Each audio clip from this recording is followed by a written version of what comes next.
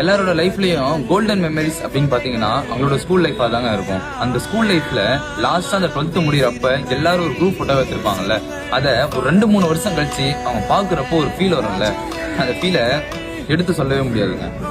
நம்ம ஸ்கூல் லைஃபே முடிச்சு பல மாசம் ஆனாலும் பல வருஷம் ஆனாலும் லாஸ்டா அந்த குரூப் போட்டோ நம்ம பாக்குறோம்ல, அப்போ ஒரு மெமரிஸ் எல்லாம் அந்த ஒரு செகண்ட்ல நம்ம கண்ணுக்குள்ள வந்து போவோம் பாத்தீங்களா, அது திருப்பி எந்த மூமெண்டாலையும் ரீக்ரியேட் பண்ண முடியாதுங்க.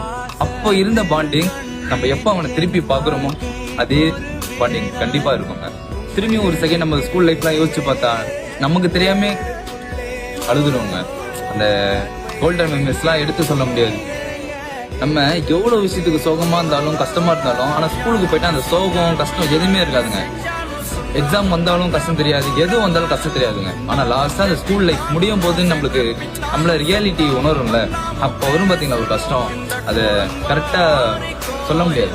நம்ம எக்ஸாம்ல ஃபெயில் ஆயிருமா பாஸ் ஆயிருமா அந்த பயத்தை தாண்டி ஒரு ஃபீல் வரும்ல, அவ்வளவு தாண்டா ஸ்கூல் லைஃப் முடிஞ்சிருச்சு, அதை ஏத்துக்கவே முடியாதுங்க யாராலையும்.